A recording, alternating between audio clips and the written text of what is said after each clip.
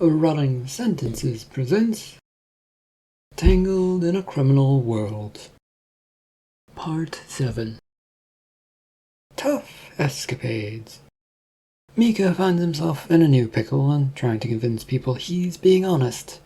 Probably, though, this won't work, especially not with Lord Vance, who doesn't listen to him.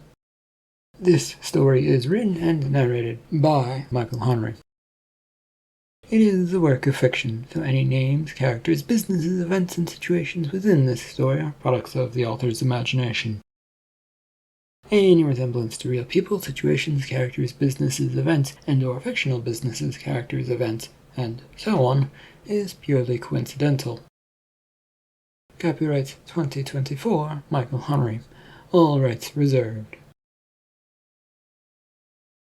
Micha cursed his luck.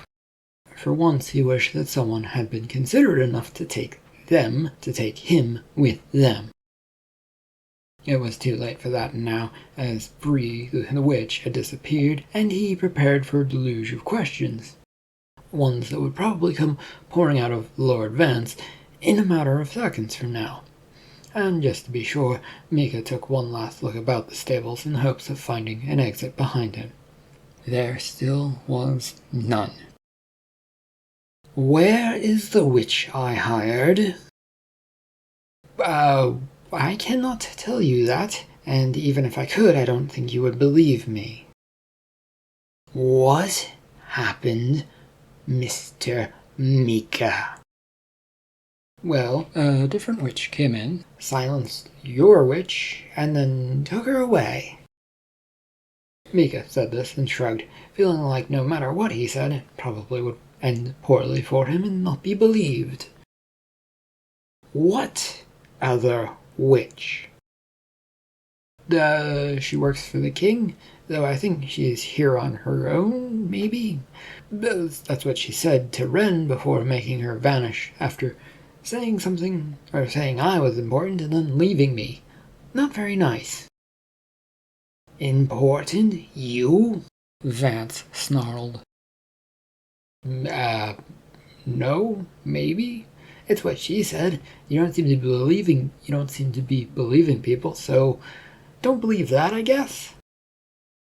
Vance draws out a blade from a scabbard, the light that was around here bouncing off the blade as it shone now. There was something written on that blade that now glows for a second, but is gone as Vance waves the weapon about in the air. "Why would she leave you if you're important?" Like most things these days, I'm in over my head, and no one tells me anything, so I don't know, Lord Vance." "A likely story. So what really happened? Did you somehow unleash some sort of magic on her?" "No, I'm not entirely familiar with magic. I don't think I have any in me. Some people say I do, but I don't really know. And from what I've seen on the streets, such magic, if it is enacted, it leaves burn scars. Do you see any of those around here that are around me?" With his blade, Vance points out a couple, though they aren't actually close to where Micha stood. In return, Micha cursed himself for forgetting that Bree and Wren would cause such things. "They aren't near me, right? So, Micha tried to explain. "You could have moved about." "Yes, but I'm near where you left me when you left this place, if you remember correctly. And if I'd done something, why wouldn't I just run away?" "You're a tricky one to deal with, and no straight answers from you, seemingly ever." To this, Micha throws his hands up in frustration. He'd mostly been telling the truth with some hidden parts to it. Why would this idiot not listen to him for once? "Right, well, you're probably going to kill me now, so let's just get that over with." In a rush of steps, though, Vance was upon him, blade ready and raised.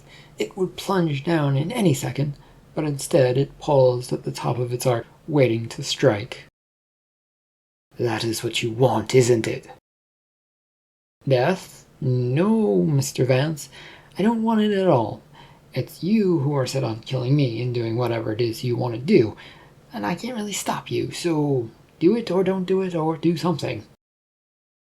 Not true at all. I do not do whatever I want. Okay, but if you don't plan on killing me, then what are you going to do? I don't know. Not being the answer that Micha had expected, and unsure of what he'd hoped for out of that question, he simply stands there. There was still no way out of this, and the blade was still right there, waiting to sink down in the moment's notice. Might I suggest you make up your mind quickly? I don't want your arm to get tired or bored, Micha said. Worried I might stab you?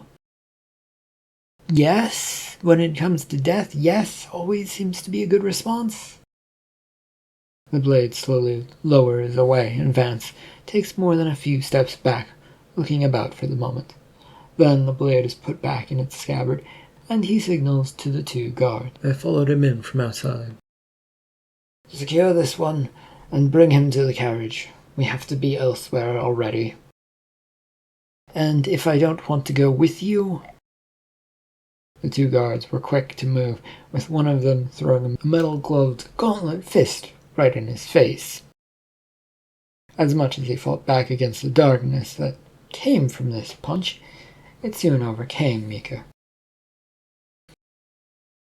Some time later, Micha felt his eyes flutter open to darkness and tightness. The area he was in wasn't tight. No, that would go to the bounds that were tying him up. His arms and legs were neatly and effectively not moving very far as he came more and more awake. Once he'd figured all of that out, he looked about the dark space he was in and listened for a moment. There were no sounds coming, which was not comforting at all. Hello, is anyone there? His voice was a croaky noise of what he was used to, and inspired no confidence that anyone would actually hear him. It was better to try, though, and to his surprise a crack of light appeared not far away. It grew and grew, which then forced him to look away from the brightness. What do you want? A voice called out. To know what I'm doing in this place and where I am, Micha replied. Lord Vance's orders. You ought to be kept here until he can figure things out. Do I get food or water? No, not while you're tied up. How long am I going to be tied up then? I told you until the Lord decides what he wants to do with you. Now shut up. The door slammed shut, plunging Micha back into darkness, his stomach rumbling at the thought of food. At some point, he had fallen asleep. That much was made obvious to him when he opened his eyes, and things had very, very drastically changed. The dark interior of some place had been traded for heavy woods and 2 burly men dragging him along on either side, and unfortunately for his luck, he was still trussed up. You awake? Of course I'm awake, Hork. I'm helping you out, aren't I? Not you, the one we're dragging. Oh, you awake? Unsure if he should respond, Micha kept as motionless as he could. I feel you're moving about, mister, so don't deny you're awake, Hork said. Does it matter if I am or am not? Not to us, it doesn't. You're just going to be moved along. Grand. And where are we headed? Are we supposed to answer questions, Hork? Shush, bird. It won't matter none, and we only gotta drop him off. It still feels a little weird, Hork, being hired out to do this weird job. Pays better than any farming we've done lately. True, the money is very, very good and worth it, Bird said in agreement. May I be let in on what it is that is going on? You get to know nothing until we are there, Hork said. Micha found himself glancing upwards, trying to catch sight of these 2 big men, He had some success, and as he was listening to this conversation, figured out which one was Hork and which one was Bird. "Silence from the prisoner! That is all that is allowed to be accepted. Though we are mostly there, Bird, so be quiet until then." The two continued to drag Micha, and he didn't even bother to try and get to his feet. If they weren't going to tell him anything, he didn't have to do anything to help them in return. All of the marching and stomping came to a stop as suddenly as it had come to Micha's attention. He'd been staring at the ground, watching it go by and get more and more rocky. They came to a stop at a solid rock, and he finally looks up to see a dark cave in front of them. "Can I talk now?" Micha asked. "If you're about to ask where you're going, I'm pretty sure you can figure it out now. Though I guess we could tell you if you asked, but I don't think it would be a great idea for you." Yeah, as Hork says, keep your mouth shut." "I feel rather cornered without knowing anything. Can you at least tell me if it was Lord Vance that hired you?" "That we can say yes to. He expressly said something along the lines of, if he asks, tells him. Anything else, our mouths are shut," Hork said proudly. "And I go into this cave and do what?" "Keep walking until you discover something," Bird told him. "That sounds like a recipe for my death, Mr. Bird." This earned him a glare from Bird, who didn't like the fact that his name was being used. "We don't know what's in there, so it is up to you to go and find it. If you do try and come out before you've done your job, then we get to beat you up and throw you back in." Micha didn't like the sound of that from Mr. Hork, who had a dead and serious expression on his face. It also shot down the chance of getting the knots binding his wrists together undone. Though, now that he thought about it, his legs were loose and at some point had come untied. I guess he could walk fairly well. "That means I am to walk and then walk some more until I meet my doom, then?" His two guards nodded their heads yes in a solemn fashion. The interior was dark in this cavern, and with no torch to lead the way, Micha found himself groping his way along, hands still behind his back, shuffling sideways, keeping his hands touching the stone that made up the sides and the walls. All as he went deeper and deeper, with things getting slicker and easier to slip on along the way. More than once his feet felt like they just wanted to go right out from under him. "Is anyone out there?" He'd gone pretty deeply in at this point, and the echo of his voice bounced about and then back to him with no response. It didn't make him terribly happy that there wasn't a response. He pressed on, trying to keep the darkness in front of him. His feet stumbled to a stop when he splashed into some water. It wasn't deep, but it was enough to make a noise that surprised him. Micha found himself looking about, his eyes trying their best to adjust to the cavern space that was dark, dank, and rose high above him. Then there was something casting a dim light into this space. He wasn't sure where the light was coming from, and he didn't know if he wanted to figure that out either. There were a couple of creatures up ahead that seemed more important to his attention at the moment. He called them creatures, though they looked more like slime balls, figures. He wasn't sure. "Hello?" "You have disturbed us." "Not my intention, and I was kind of ordered to come down here and seek out what was in here." "Why?"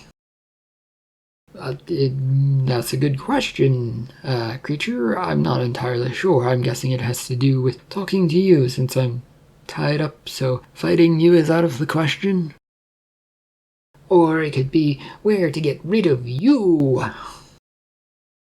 The three slime-like ball figures that were constantly slightly evolving seemed to be on a little stage, a good 20 feet away from him and above him. "Well, yes, I suppose that is entirely possible, but hopefully not, and we can talk and get this all done." The creatures then moved with quick speed, sliding through the cavern's space. They'd been up higher, but in an instant they'd attached themselves to the wall and now were quickly approaching him. Micha felt pangs of panic beginning to run through him, as well as the feeling of everything heating up inside of him. And why shouldn't we get rid of the problem of invading our home? Because I can leave and never say anything about this to anyone. We all win, creatures. It doesn't sound like a win for us. You will know about us. Micha was trying to figure these creatures out in the light, and they sort of almost looked fruit-shaped, and they were all speaking so fast and not too differently that it was just getting confusing to him. He just kept trying to get to the point. If you're trying to keep yourself secret, then that's already gone. Someone sent me down here to die, so they know about you. We will take care of them when they come down here. Well, I don't think they will come down here if you keep removing their problems for them. They have no reason to come here until you stop doing what they want. How do you know what they want? I don't really know.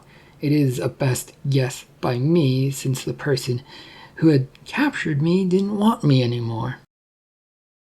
Micha had settled on trying to figure out what fruits these figures reminded him. That last one was sort of apple-shaped that had spoken. It didn't really have a mouth, so he wasn't sure if he would count it as speaking. And why would they not want you? The slime shapes were now closing in towards him, but stayed a few feet away. Their looks had morphed about to him. They continued that fruit look. There was one that looked like an apple, another pear-shaped, almost, and finally the last one who had actually spoken to him was a grape-like thing. It was all very unusual, uncomfortable to be around. I think you can figure out that for yourselves. If things are sent down here to be eliminated while bound up... He has a point. If we keep doing the dirty work of those up there, then we're only creating problems for ourselves. The pear-shaped one said. Yes, but if we stop, then they might come down here and try and see what's going on. The conversation between the pear-shaped one who spoke and then the grape-looking one was disconcerting, and Micha was still having trouble keeping up, namely because he'd never seen talking fruits, or slimes for that matter, even if they were some sort of creature or projection or whatever they were. Listen, I think I should be going. Mead was backing away as he said this. No, sir, you should not. Why, Mr. Apple Slime Creature? We haven't decided what to do yet. Until then, sit and be a good person. The order from Apple made Micha stiffen. He didn't like people who he didn't know ordering him around, but in his current situation... What do you want to do, Apple? Kill this one grape, and then go out into the world to find the ones who are making us do this. There were nods, oddly enough, from the two slimes, which made Micha terribly uncomfortable. It was very weird, and any step he took might be detected and then launch these things at him. It is settled then. Kill and conquer the world, Apple? Grape, what do you say? Yes, Pear, we're along with you. As you say, Pear. Don't I get a say in this? Micha tried to interject. No. Grape was moving towards him, and it was not what he wanted to hear, but it was what he expected. The warmth that had now been building in him felt like it was burning up, not overtaking his sensations. It just felt ready to consume parts of him while leaving the rest alone. The sensation wasn't entirely unwelcomed, though as it coursed through his body, it just felt weird, and it was not unlike that coldness from the witch. This is a warning to you slime creatures that whatever you're about to do is a bad idea. The grape-shaped one rolled its way closer and closer to Micha. He fought back his first instinct, which was to kick at it, figuring that might merely go around or through his leg or whatever it was going to do, and then he would have to deal with 2 separate grape-like blobs of slime. And then maybe the slime was poisonous and it just continued to roll towards him. Your death is a very good idea in our eyes. Mr. Apple Slime, you won't be able to conquer anything out there, at least not without some form of help, and I might be able to offer that. We already have all the help we need right here. The grape-like one had continued its surge forward and suddenly jumped into the air, soaring above Micha, and looked like it wanted to smash down on top of his head. Micha judged the space that he had at these cavern walls being far enough away from him to not matter, and did his own jump to the side. With a splat, the grape goo came falling down to land its blow. Grape, how dare you miss your attacks? I'd like to see you do better, pair. No arguing, you two. It might give a chance for our opponent to escape. Micha cursed the fruit slime under his breath for figuring out his plans before he had. This was not going well. I can help you. You don't have to fight me. The pear-like slime, though, was now making its way over towards him, rolling oblong-like shape as fast as it could. Micha backed a few more steps away and looking around for an escape. The binds still held his hands behind his back, though it all felt very weird. Not as tight, maybe? He didn't have the time to compute that, though, as he turned and ran back the way he'd come. The cavern out was pitch black, the same as it had been coming in, a fact that was welcoming for Micha since it meant he couldn't see what was behind him, nor how close those slimes were to him. He could hear a noise, but paid little attention to it, since it was a sickening sort of thing to hear with a slop-like substance that seemed to be following him. His pace was not great, but he kept moving, and he hoped he was headed in the right direction. Come back and let us kill you, the slime apple declared. Your death will make us whole again, Pear added. You're doomed to be lost, so give up. I agree with the other two, Grape would call after him. Their words only pressed to make him go faster on the slippery rock floor. It was not a great combination, but he was making do, and some light had begun to filter in ahead. That he figured was either a good or a bad sign, and he would only know once he got there. Don't go to the light. Yes, it will kill you. It's a terrible, terrible thing. The voices of Apple and Grape continued to follow him very carefully. That's the opposite of what everyone usually says, Micha could not resist saying. There you are. We will now take you before you even get close. Regretting saying anything, Micha dodged to the side, hoping he still had some room to move over there. There, in fact, wasn't much room around him, as that he was pretty sure of, since the walls felt like they were closing in around him. Come here and die! Thank you, no, Mr. Apple. With a final burst of speed, he ran with all his might into the bright light up ahead. Micha came out of this cavern and found himself blinking and trying to catch up to whatever was going on. His feet had kept running even though everything had changed. The sensation of wet stone was gone as things felt more solid, but only slightly. His right foot had dropped a few good inches before meeting ground again, and he was unable to see just yet, so he did his best to come to a stop. Fuck, this isn't good, he declared. Come back here, you fool. He found himself teetering towards his right side, though it did not feel safe over there or anywhere. With the sounds of those voices behind him, Grape especially, he took his chance, leaping to the side, with the hopes that he would be okay. If not, well, at least he tried. You really are entertaining to watch fumble about. The familiar voice hit Micha as he hit the ground hard. both jumbled up in his mind as rocks jutted into him. What was even going on anymore? "Is that you, Witch?" "Well, I don't really go by the name Witch, but yes. Do you need some help?" "I still can't see in this bright light." "Well, it isn't that bright, but sure. Here." There was a loud snap of fingers, and he suddenly could see a little bit as his vision came into view.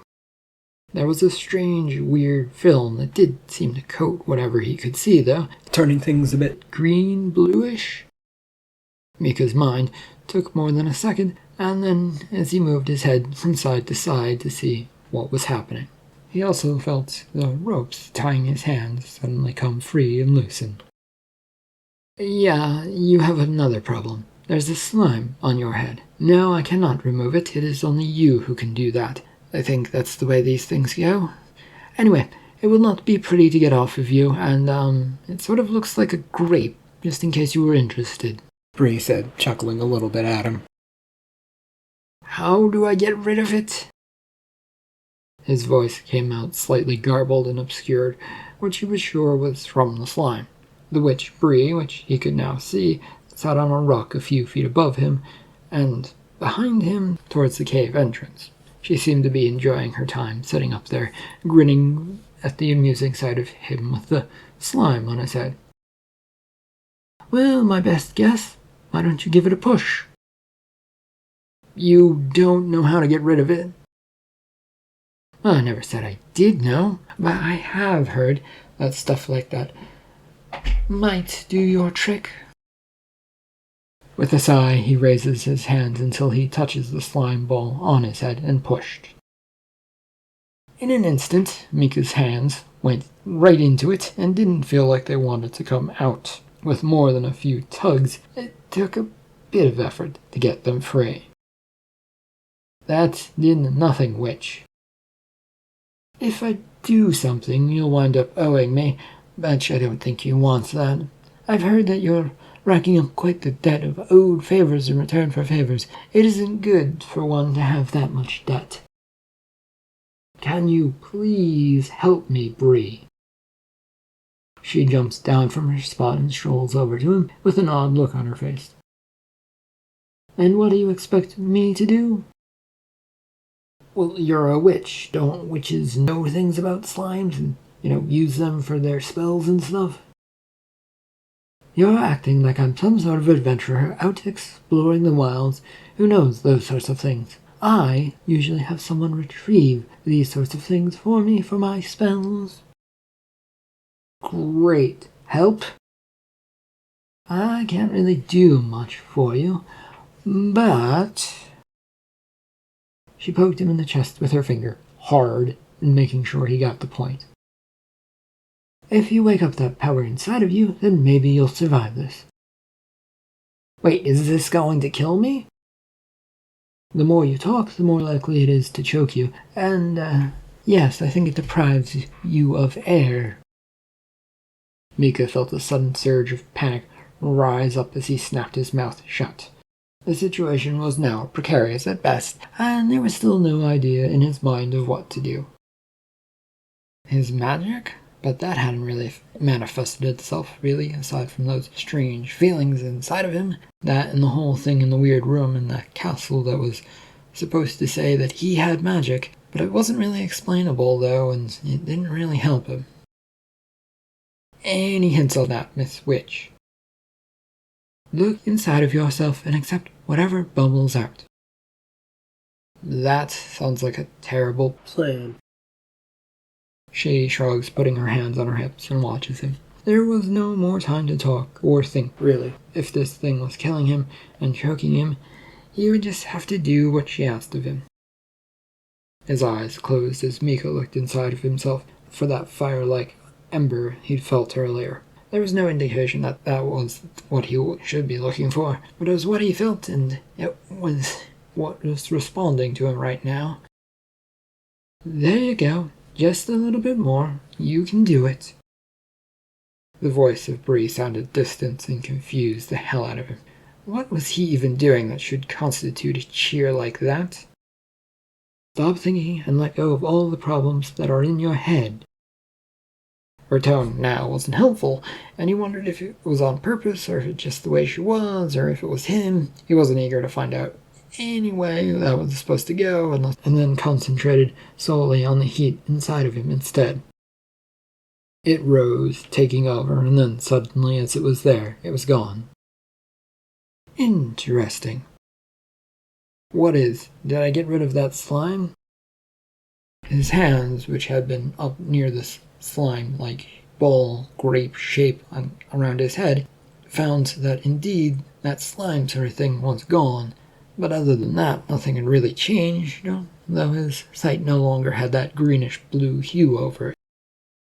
Micha wasn't sure what he wanted to change, but what he had expected, something to be at least a little bit different about him now that he had this magic.